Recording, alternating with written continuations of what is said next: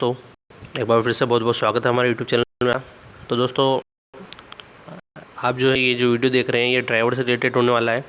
और हमारा YouTube channel जो है वो सुंदरलाल भौर के एवज में जो है ड्राइवर की वैकेंसी डेली बेसिस पे लेकर आता है। जो भी ड्राइवर की वैकेंसी सबसे पहले आती है वो आपको सबसे पहले हमारे यूट्यूब चैनल पे मिलती है। ठीक है, मतलब जैसे नोटिफिकेशन आया, हमको पता चला, हम जो है डायरेक्ट उसका वीडियो बना के यहाँ पे डाल देते।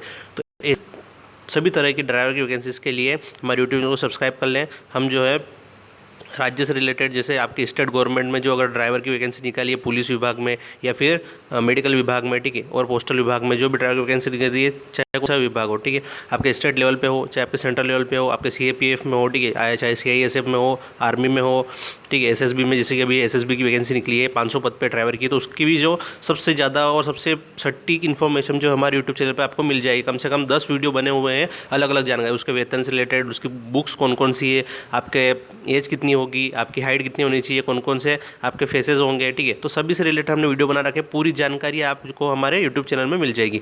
तो इसी तरह की नई नई ड्राइवर की वैकेंसीज़ की पूरी डिटेल जानने के लिए हमारे यूट्यूब चैनल को सब्सक्राइब कर लें। नीचे लाल बटन दिख रहा होगा, उसको दबा लें एक बार, और उसके बाद जो घंटा आएगी उसको भी एक बार दबा लें, जिससे कि आपको घंटे दबाने से ये फ़ायदा मिलेगा कि हम जब भी वीडियो डालेंगे तो सबसे पहले आपके पास उसका नोटिफिकेशन आ जाएगा। जिससे क्या फ़ायदा होगा कि आपको जो है पता चल जाएगा कि हमने नई जो वीडियो डाली है। तो आज जो वीडियो हम लेके आए हैं आपके सामने, ये है आपकी central industrial security force CISF के लिए। ठीक है, CISF में जो ड्राइवर की वैकेंसी निकलती है। तो इस वीडियो से पहले हमने जो वीडियो डाली थी उसमें हमने बताया था कि आप जो है CISF में अगर अप्लाई करना चाहते हैं तो कौन कौन सी ज़रूरी चीज़ें होती है। आज जो हम बात करेंगे CISF में अगर आप अप्लाई करना चाहते हैं तो सबसे बड़ी दिक्कत क्या आती है दोस्तों, आपके पास लाइसेंस की। ठीक है, लाइसेंस, आप अधिकतर लोगों के कमेंट आते हैं कि कौन सा लाइसेंस होना चाहिए, मेरे पास हेवी है, मेरे पास लाइट है, मेरे पास जो है अभी जो है लाइट लाइसेंस चल रहा है, ठीक है, मैं अभी इतने साल का हूँ, मेरा लाइसेंस जो 1 साल पुराना है या 6 महीने पुराना है। तो ये सभी डाउट जो है वो अलग अलग वैकेंसी में अलग अलग होते हैं। जैसे CISF ने जो अपने नोटिफिकेशन में क्लियर कर रखा है कि कौन कौन सी चीज़ें आपको अगर लाइसेंस के बिहाफ में आपको जो इन्फॉर्मेशन होनी चाहिए, तो CISF ने जो अपने नोटिफिकेशन में बिल्कुल क्लियर कर रखा है कि क्या क्या आपके पास जो है लाइसेंस से रिलेटेड चीज़ें होनी चाहिए और कितना पुराना आपका लाइसेंस होना चाहिए और कौन सा लाइसेंस आपको चाहिए होता है अप्लाई करने के लिए। तो आज हम CISF के लाइसेंस के बारे में जानकारी प्राप्त करेंगे कि कौन से महत्वपूर्ण बिंदु हैं लाइसेंस के बारे में, जो एक कैंडिडेट जो CISF ड्राइवर के लिए अप्लाई करता है उसके पास वो लाइसेंस की चीज़ें होनी चाहिए। तो आज जो हम लाइसेंस की बात करेंगे, उसके बाद जो अगला वीडियो आएगा उसमें हाइट हेल्थ की बात कर लेंगे, आपकी एजेस की बात कर लेंगे, आपके CISF के सैलरी की बात कर लेंगे, ठीक है, उसका पाठ्यक्रम देख लेंगे, और कौन कौन सी चीज़ें हैं जो एक महत्वपूर्ण मतलब कौन कौन से फेस है और कौन कौन सी चीज़ें हैं जो महत्वपूर्ण होती है CISF में। मतलब बहुत सारी चीज़ें क्या होता है कि जो नोटिफिकेशन होता है ना,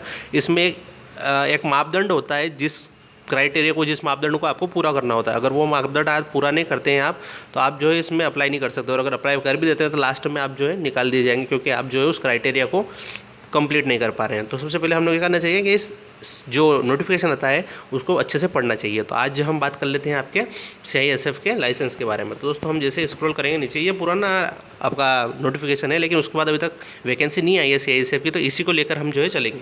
और वैकेंसी आने भी वाली है CISF की, तो आप जम के तैयारी स्टार्ट कर दीजिए CISF के लिए।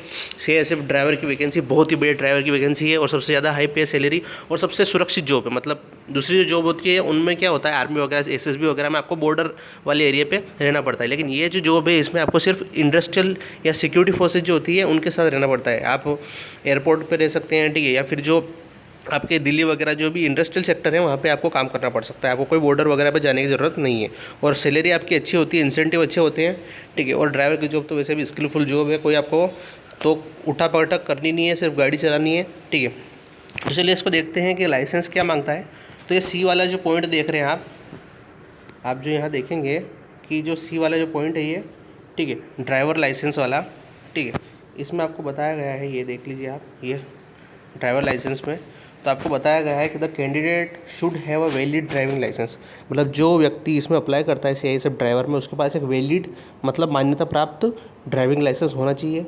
दूसरा बोल रहा है पॉइंट कि हेवी मोटर व्हीकल या ट्रांसपोर्ट व्हीकल, ठीक है, आपके पास जो या तो हेवी मोटर व्हीकल लाइसेंस या फिर ट्रांसपोर्ट व्हीकल लाइसेंस आपके पास होना चाहिए। दूसरा बोल रहा है लाइट मोटर व्हीकल लाइसेंस भी हो सकता है, मतलब आपका जो लाइट लाइसेंस होता है मोटर व्हीकल का लाइट लाइसेंस वो भी चलेगा। और मोटरसाइकिल विद गियर, मतलब गियर वाली जो मोटरसाइकिल है उसका लाइसेंस भी होगा तो भी चलेगा। ये लाइसेंस आपके मान्य है CISF में। कौन कौन सा, एक तो हेवी और ट्रांसपोर्ट वाला, एक लाइट और एक मोटरसाइकिल विद गियर, मतलब गियर वाली जो मोटरसाइकिल होती है, स्कूटी वगैरह का नहीं, जो आपकी गियर वाली जो मोटरसाइकिल होती है उसका आपका लाइसेंस मान्य है।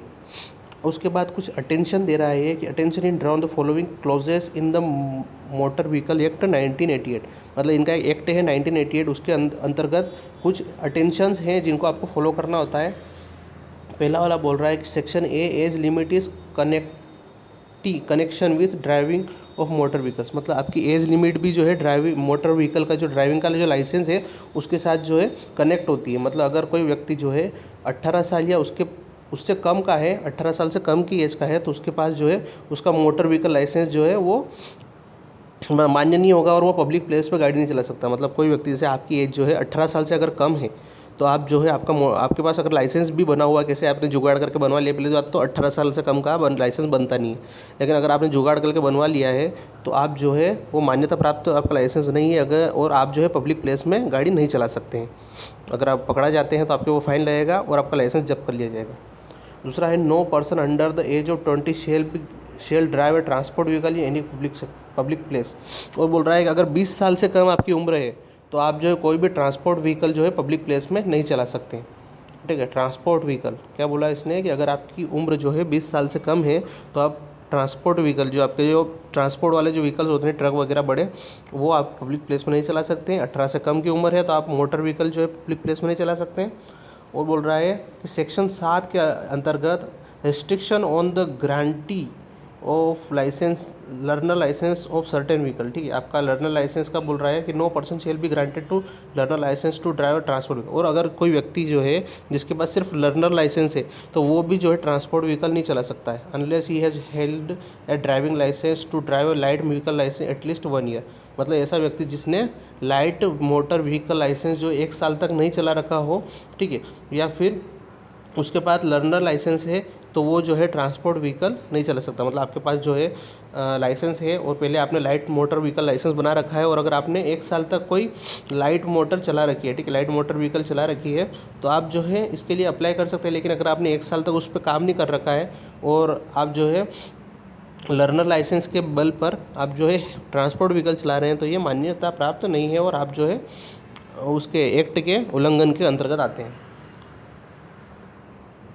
कुछ नोट्स भी दे रहा है ये, ठीक है, जिनको आपको देखना पड़ेगा। तो क्या बोल रहा है ये बोल रहा है कि unless the above provision of motor vehicle act are complies in the document driving license submitted by the candidate and driving license will be treated as invalid as per the motor vehicle act and candidate will be rejected। मतलब अगर आपके पास ऐसा कोई licence है जो motor vehicle act या आपके जो ड्राइविंग लाइसेंस जो आपका मोटर व्हीकल एक्ट को क्या करता है, उसकी जो मापदंड है उसको पूरा नहीं करता है, तो क्या किया जाएगा, आपको कैंडिडेट को उसको रिजेक्ट कर दिया जाएगा और इनवैलिड माना जाएगा। ठीक है, अब अगला बोल रहा है licence of motor vehicle with gear और LMV licence obtain before attending the age of 18 year. मतलब आपके पास अगर लाइट मोटर व्हीकल लाइसेंस है, ठीक है, या फिर मोटर साइकिल विथ गियर वाला लाइसेंस है, तो वो भी आपकी 18 उम्र, मतलब आपकी एज जो है 18 साल हो जाती है उसके बाद का होना चाहिए। मतलब 18 साल से पहले आपका ये लाइसेंस नहीं होना चाहिए। अगर आप 18 साल से ऊपर के हैं तो आपके पास LMV लाइसेंस और मोटरसाइकिल विद गियर वाला लाइसेंस होना चाहिए।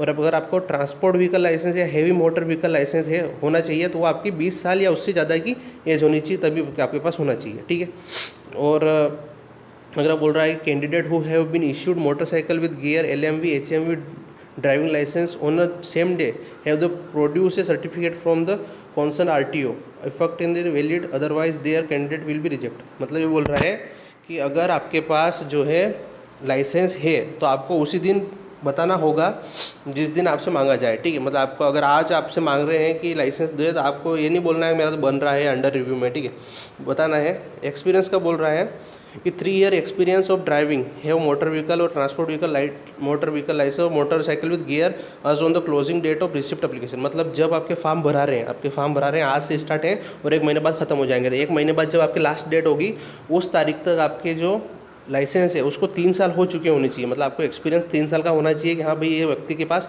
3 साल पुराना लाइसेंस है, तो ये आप इसमें अप्लाई कर सकते हैं। ठीक है, ठीक है, और क्या बोल रहा है, इशू ऑन द लाइसेंस, ठीक है। हाँ, मतलब आपका एक्सपीरियंस जो है वो आपकी जब तक फॉर्म भराएंगे उसकी लास्ट डेट तक कैलकुलेट होंगे। मतलब अगर आपका 3 साल पुराना लाइसेंस है तो आप अप्लाई कर सकते हैं, लेकिन आपका 1 साल 2 साल पुराना लाइसेंस है तो आप अप्लाई नहीं कर सकते, ठीक है। The licence must contain the date of issue motorcycle, date of issue on motor, ठीक है। आपको सभी डॉक्यूमेंट जमा कराने होंगे, कब का आपका जो लाइसेंस इशू हुआ था, ठीक है, कब आपने रिन्यू कराया उसको, ठीक है, कब इसकी एक्सपायरी डेट है, ये सभी आपको बतानी होगी लाइसेंस के एवज में। तो ये महत्वपूर्ण चीज़ें थी लाइसेंस के बारे में, सही ये सब ड्राइवर के लिए। तो दोस्तों आशा करता हूँ आपको समझ में आया होगा। अगर आपकी कोई भी क्वेश्चन हो तो आप नीचे कमेंट कर दीजिए, हम उसको एक्सप्लेन करेंगे, ठीक है। और अगली वीडियो में जल्दी मिलते हैं, तब तक के लिए जय हिंद, जय भारत।